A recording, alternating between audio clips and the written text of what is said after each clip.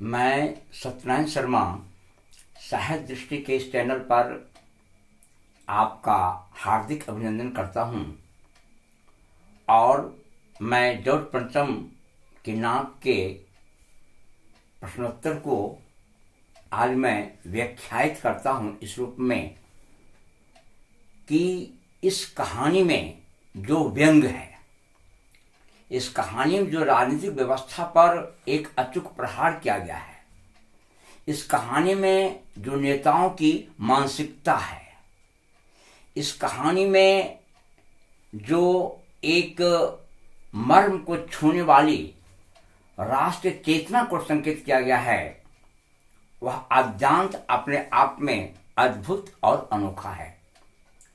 प्रश्न तो अनेक प्रकार का पूछा जा सकता है। आवश्यक नहीं है कि जो किताब में प्रश्न है वही पूछा जाए, क्योंकि इस कहानी में हमारी वर्तमान की समस्या, हमारे अतीत की समस्या, हमारे राष्ट्र में जो नैतिक स्तर नेताओं का गिरता जा रहा है, इसकी समस्या, अनेक दृष्टिकोण से हम इस कहानी में इसकी व्याख्या पाते हैं, इसका वर्णन पाते हैं। जितना भी कहा जाए इस संदर्भ में उसे बहुत कम माना जाएगा, क्योंकि एक एक प्रश्न हमारे सामने उपस्थित होता है।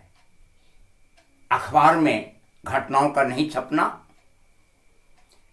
किसी का अभिनंदन नहीं होना, तालाब में जॉर्ज पंचम के नाक के मूर्तियों का लग जाना, इसका अखबार में प्रकाशित हो जाना, यह सारी बातें आज की व्यवस्था को दर्शाती है। हम इन्हीं प्रश्न के संदर्भों में आज बात करेंगे, जिसमें पहला प्रश्न जो आपका है, जॉर्ज पंचम की नाक की लंबी दास्तान क्या है। लंबी दास्तान क्या है कि जितनी भी मूर्तियां थी, जहां तक लोगों का हाथ पहुंचा, सभी को संग्रहालय में रख दिया गया, जो सामान्य मूर्तियां थी। और जॉर्ज पंचम की नाक की रक्षा के लिए अनेक प्रकार के व्यवस्था किया गया। वहां पर पहरेदार तैनात किया गया, दिन रात गश्ती किया गया। उस नाक की रक्षा के लिए गुरिल्ला युद्ध भी हुआ, क्योंकि जो हमारे देश के देशभक्त थे, आजादी के बाद या आजादी के पूर्व दोनों स्थिति में उस नाक से नफरत करते थे, जो हमारी गुलामी पन का प्रतीक था। और सभी के रहते हुए भी अचानक नाक का गायब हो जाना यही इस कहानी की दास्तान है, कि सारी व्यवस्था है फिर भी नाक सुरक्षित नहीं रह पाती है। इसमें जब हम व्यंग्यात्मक बात करेंगे, जब व्यंग्यात्मक परिवेश की चर्चा करेंगे, तो आज भी हमारे समाज में ही हो रहा है। सारी प्रशासनिक व्यवस्था का मूल उद्देश्य क्या है? जनता की सेवा करना। लेकिन हम क्या पा रहे हैं कि सारी तामझाम पूर्ण व्यवस्था दौड़ लगा रही है और उस देश में जनता कराह रही है। इस कहानी के माध्यम से इसी तथ्य को उजागर किया गया है कि पूरी रक्षात्मक व्यवस्था है, फिर भी नाक गायब हो जाती है। यही कहानी की दास्तान है, और इसी कहानी के दास्तान को कथाकार ने एक विस्तृत आकार दिया है।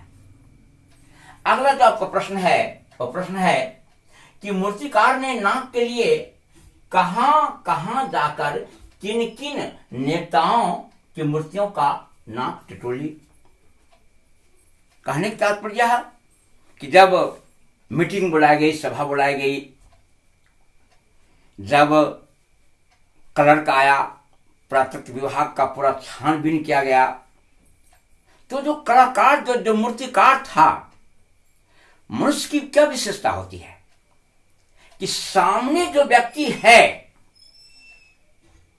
अगर पैसा कमाना है तो उसके मन के अनुकूल बात होनी चाहिए, समानता ही बात हो रही है।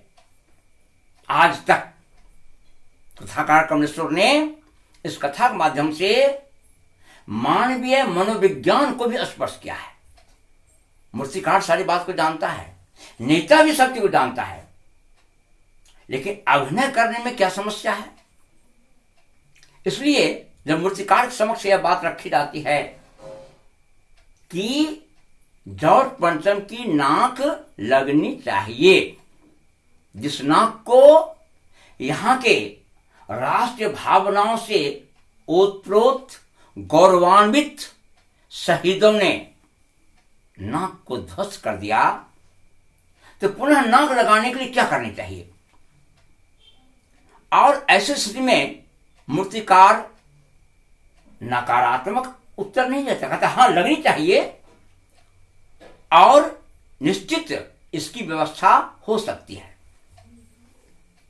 बंद कमरे में सभा का आयोजन किया गया और मूर्तिकार ने अपने प्रस्ताव को रखा कि मेरा उद्देश्य है कि पूरे भारतवर्ष में जो महान महान नेता है उनकी नाक का जायजा लिया जाए, उनके नाक के बारे में एक व्यवस्था तैयार किया जाए कि अगर उनके नाक को काट करके जॉर्ज पंचम की नाक की मूर्ति लग सकती है तो कोई परेशानी नहीं होगी, लेकिन इजाजत चाहिए किससे?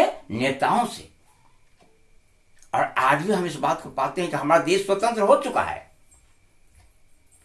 लेकिन आजादी के बाद भी हमारी देश के जो महान विभूति रहे हैं उनकी मूर्तियों के साथ कैसा सलूक हो रहा है उसको आप पहले पढ़ चुके हैं नेताजी के चश्मा में।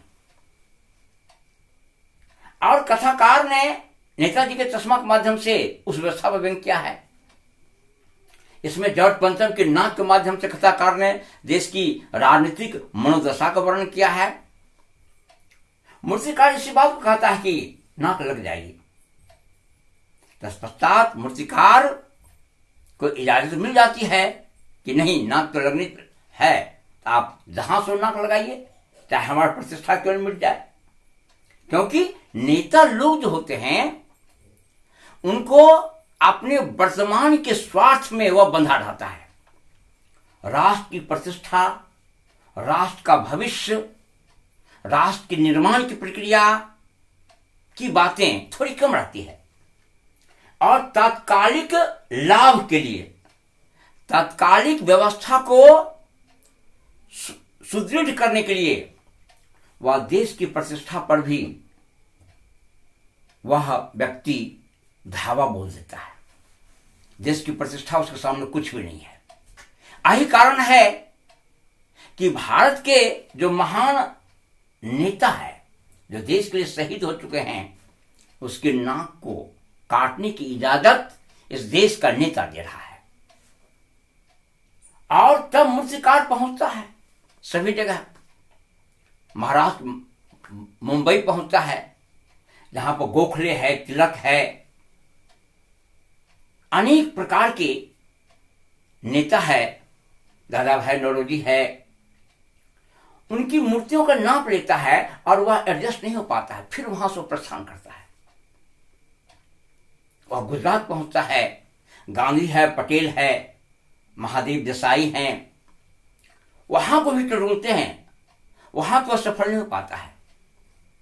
तत्पश्चात पंजाब पहुंचता है जहां पर लाला लाजपत राय है, भगत सिंह की मूर्तियां हैं, वहां भी वो सफल नहीं हो पाता है। उसके बाद उत्तर प्रदेश पहुंचता है जहां पर कह सकते हैं जवाहरलाल नेहरू हैं, चंद्रशेखर आजाद हैं, अनेक प्रकार के नेता हैं, मोतीलाल नेहरू हैं, और वहां पर भी वह सफल नहीं हो पाता है। देखता कि नहीं इसका नाक उसके लायक नहीं है। बिहार पहुंचता सेक्रेटेरिएट के पास जहां पर 7 शहीदों ने अपने आप को पूर्णपेन देश की आजादी पर अपने आप को समर्पित कर दिया, उसका भी नाक सेट नहीं हो पाता है।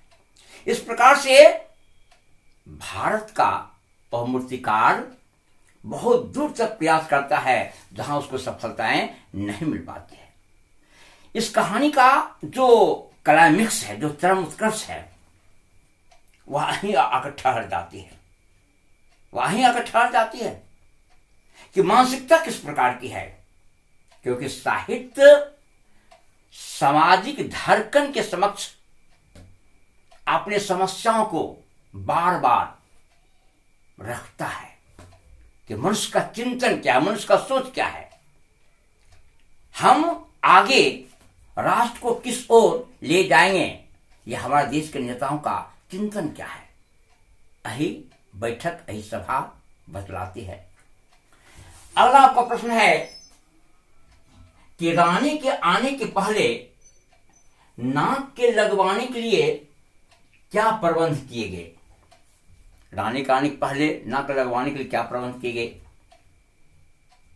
क्या है। खैर ख्वाहों की मीटिंग बुलाई गई, कलर को बुलाया गया, मूर्तिकार को बुलाया गया, सभा का आयोजन किया गया, बंद कमरे में सारी बातें की गई और मूर्तिकार फिर दौरा पर निकला, फिर वहां से लौट कर आया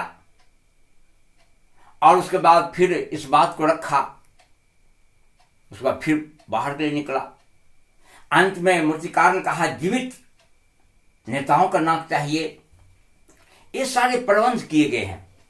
इस कहानी को जब हम पढ़ते हैं तो मैं स्पष्ट कर चुका हूं कि प्रश्न कहीं से पूछा जा सकता है और वही छात्र इसका उत्तर देने में सक्षम हो पाएंगे जो कहानी के मर्म स्थल को समझने का प्रयास किए हैं कि कहानी का व्यंग किस ओर है। चाहे अखबार का व्यंग हो, चाहे गुरिल्ला युद्ध का व्यंग हो, चाहे बंद कमरे का व्यंग हो, उसको वह समझ पाएंगे।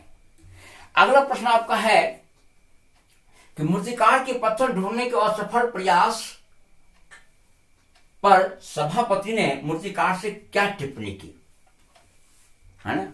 सभापति के माध्यम से, मूर्तिकार के माध्यम से जब यह नहीं हो सका कि जॉर्ज पंचम की नाक की व्यवस्था की जाए, इसके लिए पत्थर की व्यवस्था की जाए, ऐसी स्थिति में बातें साफ अलग हो जाती है। अगला जो प्रश्न है वह प्रश्न है आपका कि मूर्तिकार के पत्थर ढूंढने के असफल प्रयास पर सभापति मूर्तिकार से क्या टिप्पणी की। इसका तात्पर्य होता है कि मूर्तिकार जगह जगह भ्रमण करता है, अनेक प्रकार की बातें होती है और मूर्तिकार कहता है कि संभव नहीं है जॉर्ज पंचम की नाक जिस प्रकार की पत्थर से बनी है वह पत्थर से पूर्ण में विदेशी है। अब देखिए भारत के नेताओं का एकाएक परिवर्तन, क्योंकि भारतीय नेताओं की विशेषता होती है किस प्रकार से वह यू टर्न लेता है, जिसको आज के राजनीतिक व्यवस्था में यू टर्न कहा जाता है। तुरंत अपने बातों को अपने ढंग से वह व्यक्ति व्याख्यात करके देश पर शासन कर रहा है। जब मूर्तिकार कहता है कि यह पत्थर जब विदेशी है, संभव नहीं है, तब सभापति तेज में आ जाता है। इस देश में कौन सा चीज स्वदेशी है, सारी व्यवस्था विदेशी है, रहन सहन पोशाक सारी व्यवस्था विदेशी है। तो हम इस पर चर्चा क्यों करते हैं। इस देश में बाल डांस तक अपना लिया गया है, सारी विदेशी सभ्यता संस्कृति को पूरा जब हम एडॉप्ट कर रहे हैं, अपना लिए हैं, तो इसमें कौन सा आश्चर्य की बात है कि हम विदेश की चीजों को स्वीकार नहीं करें। अगला प्रश्न इसी प्रकार का, जहां पर कहता है जॉर्ज पंचम के नाक पाठ के आधार पर नकारात्मक मूल्यों का उल्लेख कीजिए।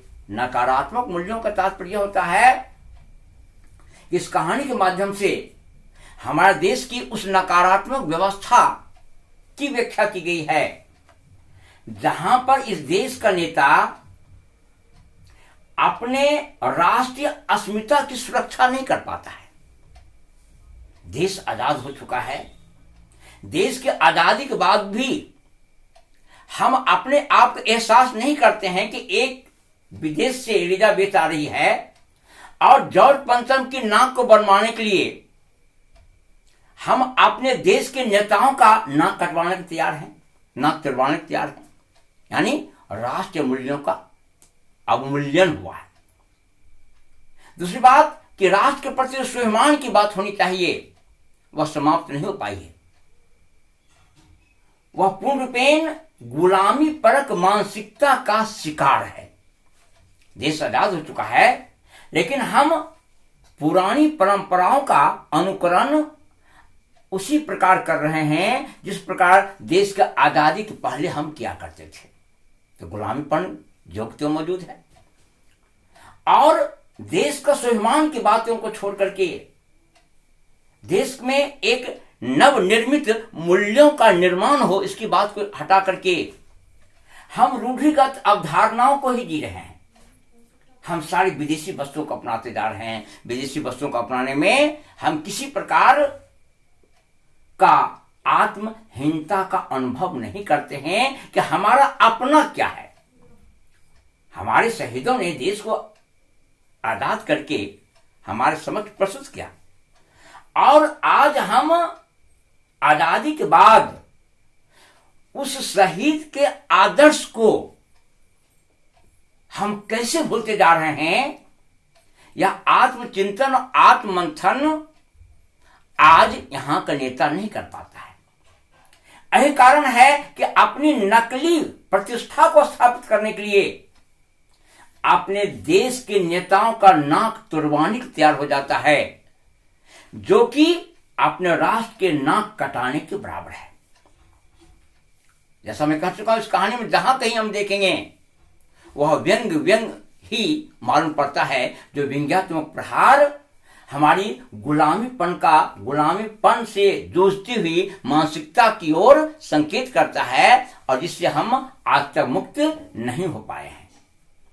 मैं चाहूंगा कि अगर आप इस चैनल पर नहीं हैं तो इस चैनल को सब्सक्राइब करें, शेयर करें और कमेंट अवश्य करें, क्योंकि इस चैनल के माध्यम से मेरा मूल उद्देश्य है हिंदी भाषा एवं साहित्य का विस्तृत ज्ञान प्रदान करना, जिसके कारण जो आज इस भाषा का अवमूल्यन हो रहा है, इसको उत्कृष्ट से उत्कृष्टतम रूप तक ले जाना हमारा ध्येय है। इसलिए अगर आप इस पर नहीं हैं तो सब्सक्राइब अवश्य करें, कमेंट करें और अपने साथियों को शेयर करें।